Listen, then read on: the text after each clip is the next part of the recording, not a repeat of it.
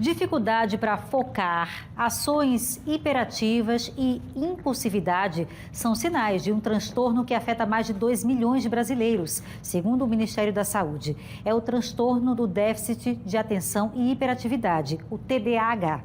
Embora seja um desafio que geralmente começa na infância, muitas vezes não é reconhecido até a adolescência ou a vida adulta.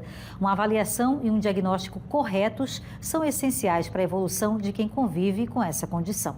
Vamos acompanhar agora a reportagem de Alan Garcia.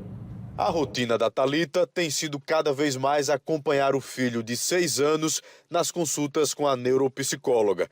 A escola foi a primeira a perceber que o garoto tinha dificuldades fora da curva.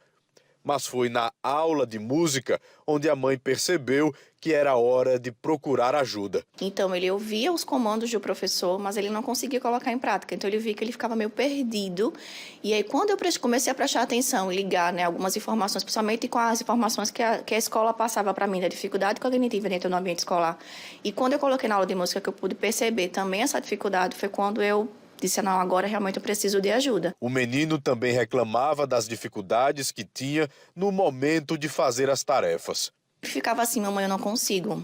Ele sempre falava isso, mamãe, eu não consigo, mamãe, eu não consigo. E aquilo acabava me cortava o coração, de você ouvir isso de um filho. Ter o acompanhamento de um profissional é fundamental para proporcionar uma melhor qualidade de vida. E tudo começa na avaliação para descobrir o nível do transtorno.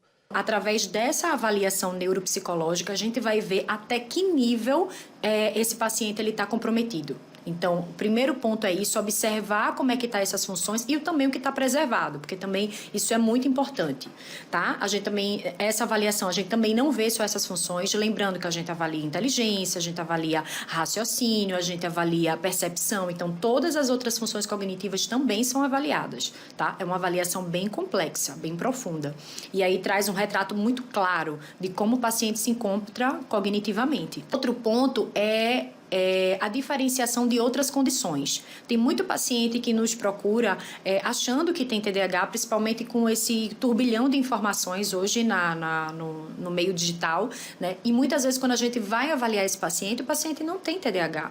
O paciente tem um transtorno de humor, o paciente tem um transtorno de ansiedade, que tem características também semelhantes ao TDAH. Tá? Então, assim, é importante fazer a avaliação porque a gente consegue diferenciar o TDAH de outras condições. O TDAH atinge 2 milhões de brasileiros, segundo o Ministério da Saúde, e é o transtorno mais comum entre crianças e adolescentes.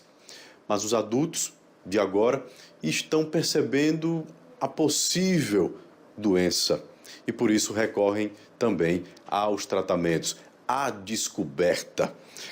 Está aqui com a gente um brasileiro como esse, que é adulto, mais de 40 anos, e percebeu que o comportamento de criança e de adolescente era o TDAH. Acaba que quando você descobre um pouquinho tarde, você começa a mergulhar no mundo do autoconhecimento, dos transtornos psiquiátricos e dessas avaliações psicológicas que a gente vai fazendo, a gente acaba caindo num mundo que você meio que percebe um pouquinho mais tarde algumas características, como eu percebi do TDAH, E agora, um dos principais quesitos que afetavam mais o meu dia a dia e que é muito evidente é a hiperatividade. Esse carrossel aí de coisas que me incomodavam, eu nem percebi, na verdade.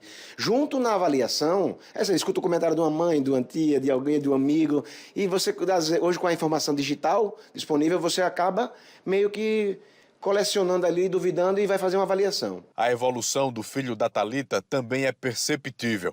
As dificuldades que surgiram na escola foram superadas e a criança consegue viver em harmonia. Inclusive, na última aula que ele teve de música, ele recebeu até um elogio do professor, que ele estava evoluindo muito bem, que ele estava conseguindo, fazer todos os comandos direitinho, fazer as viradas, que ele fala assim, fazer as viradas na aula de música.